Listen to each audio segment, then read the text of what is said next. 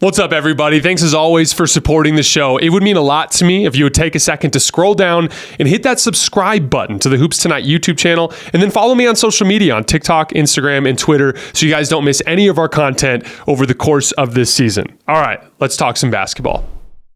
Let's move it to Dallas real quick, and then we'll talk a little bit about just a little season wrap up, and then we'll get out of here. Is Dallas close? Last night with Colin Cowherd, I pointed out that I did not think that this Dallas Mavericks team was close to winning the championship. And I have been getting shredded on Twitter all day long for that specifically. Mavericks fans are pissed. We made the finals. How is it that we made the finals and you're going to say we're not close? Well, you trailed by 29 in one of the losses. You trailed by 26 in one of the losses. You trailed by 21 in one of the losses. And you trailed by 14 in one of the losses. You trailed 3-0 in the series, and you beat the shit out of Boston in that desperation game 4. But you were not close. I'm curious if you're a Mavericks fan, do you believe you were close to winning that series? I don't think you were. And there were two teams at the top of the league, Denver and Boston. As we mentioned earlier, just in the previous segment, like that Denver team was a lot better than what their results this year showed. That Denver team, if they would have made it in the conference finals, I would have picked them against Dallas. I think they would have won somewhat convincingly. I don't think they match up as well with Denver as Minnesota did in terms of their physicality on the front line, right? And so, I don't think that Dallas was particularly close. To take it a step further, Boston did not shoot over their season average for jump shooting a single time in this series. Boston got 1.12 points per jump shot in the regular season. They were below that in all 5 games. Jayson Tatum, we discussed earlier, was in a massive slump. There will be a better version of this Boston team, in all likelihood, waiting whoever comes out of the Western Conference next year. So this is where it's about being honest with yourself. So for instance, guys, I'm a Lakers fan. The Lakers made it to the Western Conference Finals last year. I never, not even for a single second this year, put them in my top tier of contenders. I consistently had them in that second tier, and I said right after the series, they clearly have to get better at XYZ.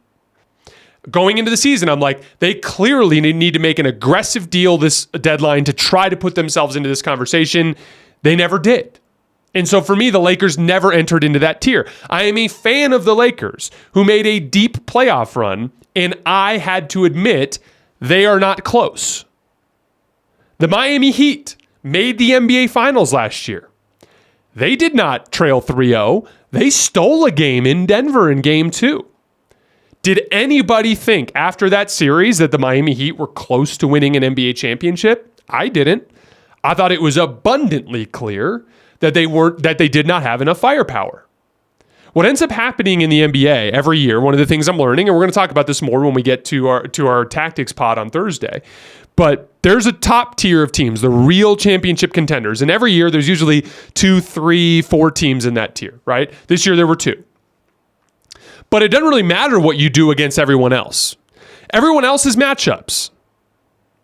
You happen to catch a Minnesota team in the Western Conference Finals that specifically struggles with rim protection, which was evidenced by the fact that they were 17th in offense in the regular season. It was a terrible matchup. Even their perimeter defenders were too skinny for Luka. They didn't have a Lou Dort or an Aaron Gordon, like a big physical specimen to put on to Luka. They got barbecued. They got their ass kicked, right? But that was a matchup thing. That group, all the teams below the Denver-Boston tier, any of them could have beat any of them based on matchups, in my opinion. Dallas kind of weaved their way through there and won. How did the Lakers make it to the Western Conference Finals last year? They faced a Memphis Grizzlies team in the first round that had a dribble drive guard in John Morant and not great perimeter shooting, so the Lakers could pack the paint. They had Anthony Davis. It was a terrible matchup for Memphis. The book has been out for how to beat the Golden State Warriors for 2 years now. You got to have athletic size, and you need to funnel them into your size in the paint. The Lakers kind of put that together with their top blocking and forcing the guards to back cut into Anthony Davis. That was a bad matchup for the Warriors, right? So the Lakers, good matchup against Memphis, win the series. Good matchup against Golden State, win the series. Run into a real championship contender, get their ass kicked. They weren't close. Now, Dallas beat better teams, for the record. Like, I had a lot of Dallas fans like, we beat some of the best seeds in the conference. You are absolutely right. But let's go through them individually. You beat the Los Angeles Clippers, who were missing their best player. That's a favorable matchup. The Oklahoma City Thunder were a 1 seed. And by the way, the Thunder won me over in a big way, and I'm sure they won over Mavs fans, because guess what? That series could have gone either way. If they don't get that last bucket or that last foul on PJ Washington in the corner, the Thunder took the lead on the previous possession. You were about to go back to Oklahoma City to play a Game 7. So OKC won me over in a big way in this postseason run. But what did I consistently say all season? The Thunder are too young and too small to make a deep playoff run. Dallas exposed them for that, right? A really good team, a quality series win for Dallas. But that was not a top-tier championship contender that they beat. Then they faced Minnesota, and admittedly, that was the one time I picked wrong against Dallas. I picked Dallas to beat the Clippers. I picked Dallas to beat Oklahoma City. I picked Boston to beat Dallas, but I was wrong about the Minnesota series. I kind of drank too much of the Minnesota Kool-Aid after they beat Denver just because I respected that Denver team so much. But we're going to talk about that more on Thursday in the Tactics Pod. That, to me, was a major revealing factor for me just in terms of matchups and like how we can't overreact to any series win. The only thing that matters is how you match up against your next opponent, which Dallas fans just found out as they ran into Boston, right? But Minnesota was a team that could not deal with rim protection. I used to quote those stats during the series, like Anthony Edwards was getting to the paint like less than half as often as he was against Denver. Dallas loaded up the strong side. They played off their shooters, their non-shooters. Obviously, on the other end of the floor, they didn't have anybody big enough to guard Luka. It was a bad matchup. So then they run into a real championship contender in the NBA Finals. They trail by 29, trail by 26, trail by 21, trail by 14. You're not close. That is the literal definition of not close. And what do I mean by that? That's not intended to undercut the accomplishment. It is a bona fide NBA Finals run. As a Mavericks fan, I'm sure you guys had so much fun watching that playoff run. What I'm saying that for is it means they need to improve.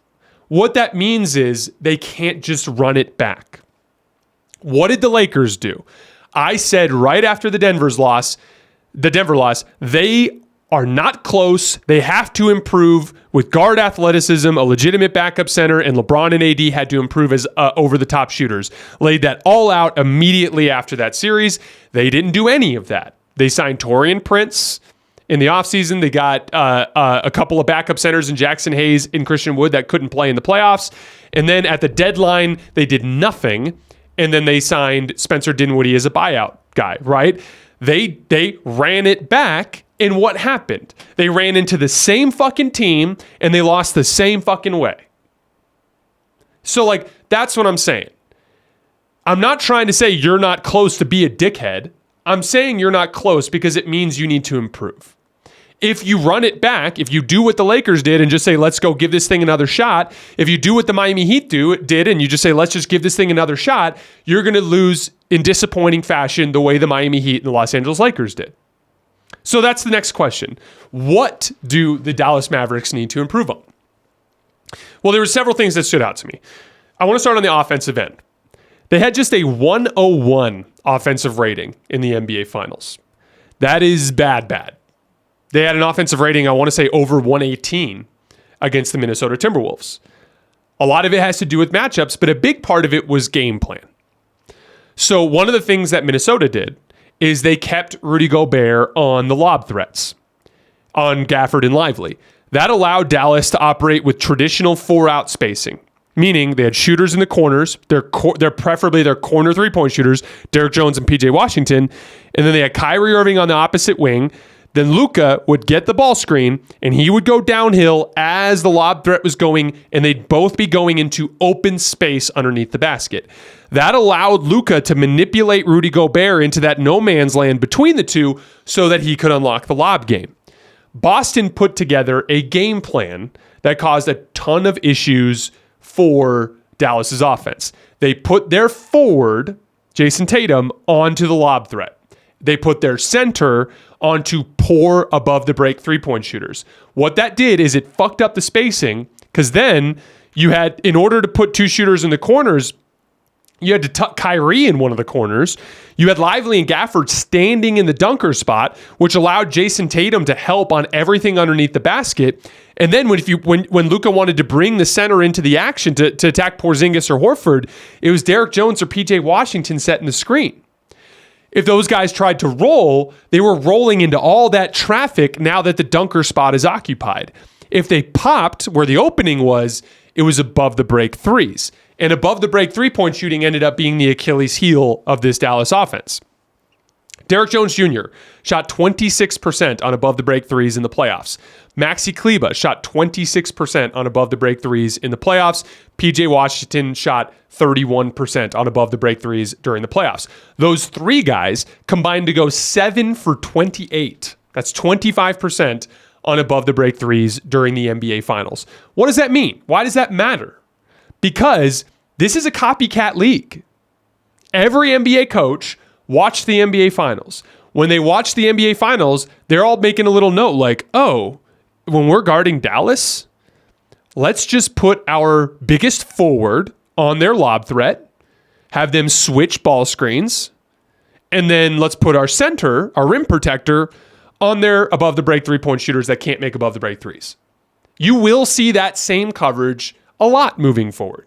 That is exactly what happened to the Golden State Warriors. The Lakers put together a game plan which was top block their shooters, don't allow them to use their screens, force them to back cut, and help off of Draymond Green and Jonathan Kuminga or whoever their limited 3-point shooters are with your rim protectors, your size. Keep those guys underneath the rim, be super physical on the perimeter. That will slow down Golden State's motion offense and force them to play in pick and roll. Every team does that now. It's a copycat league. When a game plan starts to take shape that has an effect on you, it resonates among the other 28 teams in the league. And so there's several things that they could do to address this. If you're going to stay with 4 out, those guys have to improve as above the break 3-point shooters. They either have to improve or you've got to find them. Different players, I mean. Because inevitably you will run into this exact same situation. And that is something that didn't just slow down Dallas's offense, rendered it borderline useless over the course of that NBA Finals series. A 101 offensive rating. That's not just bad. That is atrociously bad. I want to say they didn't cross over 100 points a single time in the series, except for Game 5, right? I think they did it just once in Game 5. Actually, no, I heard the stat last night from our producer with Colin. I think he said Dallas failed to score 100 points 7 times during the entire regular season and did it 4 times in this series. So, it was a major issue. So, obviously, finding role players that are comfortable taking and making above the break threes, because that is a vital part of your spacing, right? Secondly, it might be worthwhile to explore more 5-out concepts on offense. One of the big advantages here is Derek Lively. Derek Lively was wildly impressive in this playoff run as a screener and as a decision maker, right? He even he knocked down a 3-pointer in Game 4, right? So and I'm not even in 5-out. 5-out does not mean 5 shooters. Now for Boston it does, but all 5-out means is that all of the action is taking place on the perimeter and the paint is not occupied unless it is for a post up as part of the play or on a roll. What that means is the bigs operate out at the 3-point line as dribble handoff guys, and they roll, and then they come back up and run another dribble handoff, and they roll, and they come back up and run another dribble handoff. They primarily operate from the perimeter, they roll into empty space, and then they come back. So the paint is vacant except when someone's rolling or driving or cutting or posting, right? So basically what that means is instead of dribbling the ball up the floor and having this guy staying in the corner and this guy staying in the corner and come set a ball screen and we're just going to spread and attack, have it actually function more with everybody involved, more ball and player movement.